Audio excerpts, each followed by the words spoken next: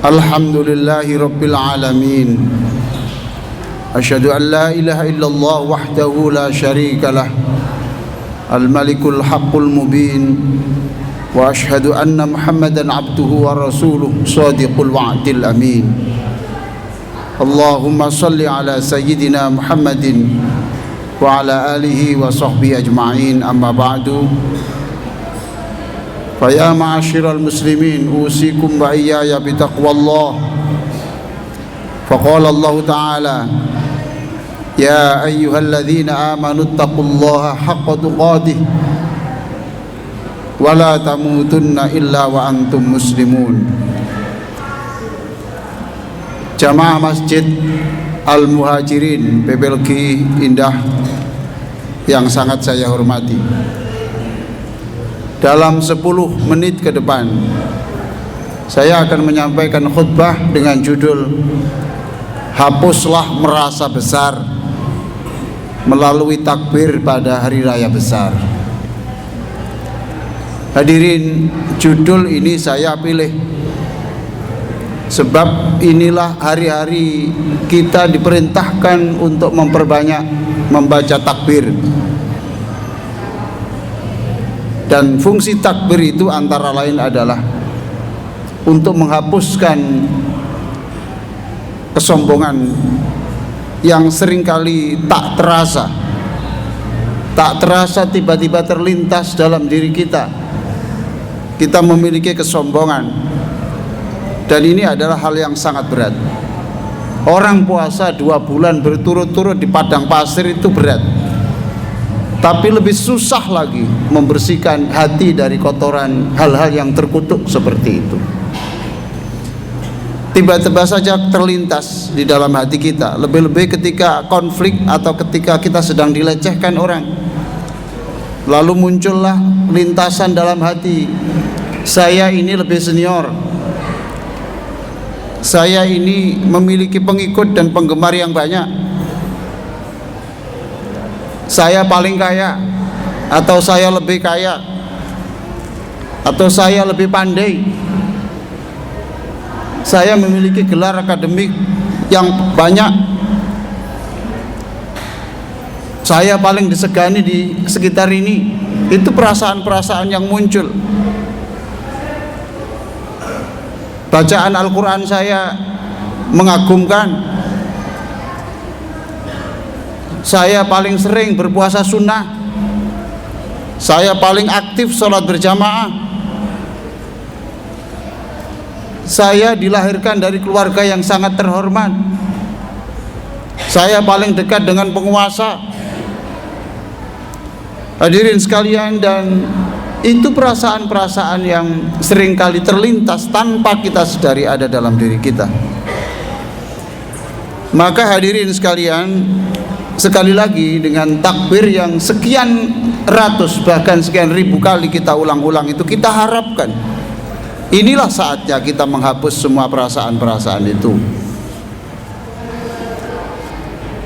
Materi khutbah saya ini saya ambil dari kitab Fiqhus Sunnah karya Syekh Sayyid Sabiq, dan juga dari beberapa kitab tafsir yang lain.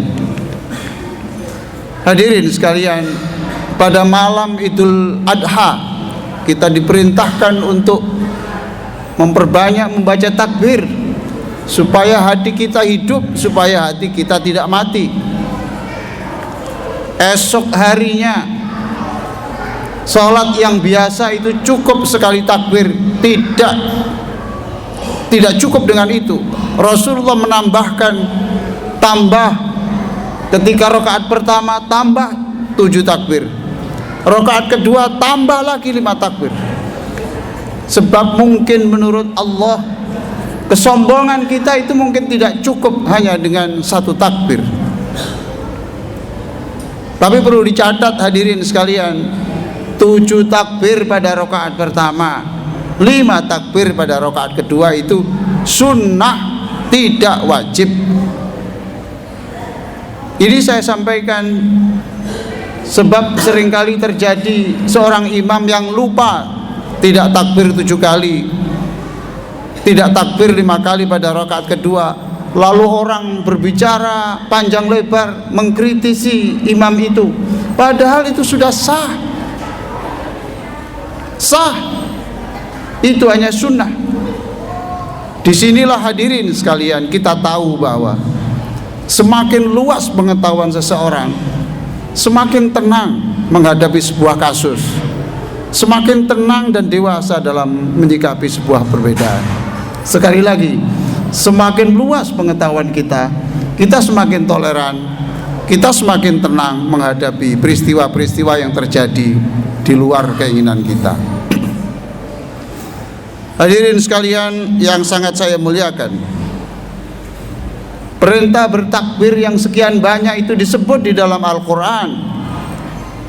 Surah Al-Baqarah 203, wadhkurullaha fi ayyamin ma'dudat. Zikirlah kepada Allah, bertakbirlah kepada Allah pada hari-hari yang sudah ditentukan, yaitu tanggal 11, tanggal 12, tanggal 12 Dzulhijjah, seperti yang sekarang sedang kita lakukan sekarang ini. Perhatikan para hadirin sekalian, dalam seluruh ibadah nama Rasulullah dan nama Allah itu digandeng, selalu disebut kedua-duanya. Tetapi di dalam soal bacaan takbir ini tidak ada nama Rasulullah SAW. Yang disebut adalah Allahu Akbar, Allahu Akbar, Allahu Akbar, la ilaha illallah, wallahu akbar, walillahil hamd.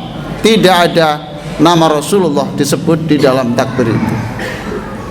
Itu tidak lain supaya otak kita, hati kita itu terfokus kepada kebesaran Allah Subhanahu wa ta'ala, supaya kita tidak merasa ada kesombongan seperti itu. Ingat, Allah Maha Besar. Kalau kamu pintar, masih ada yang lebih pintar, yaitu orang lain.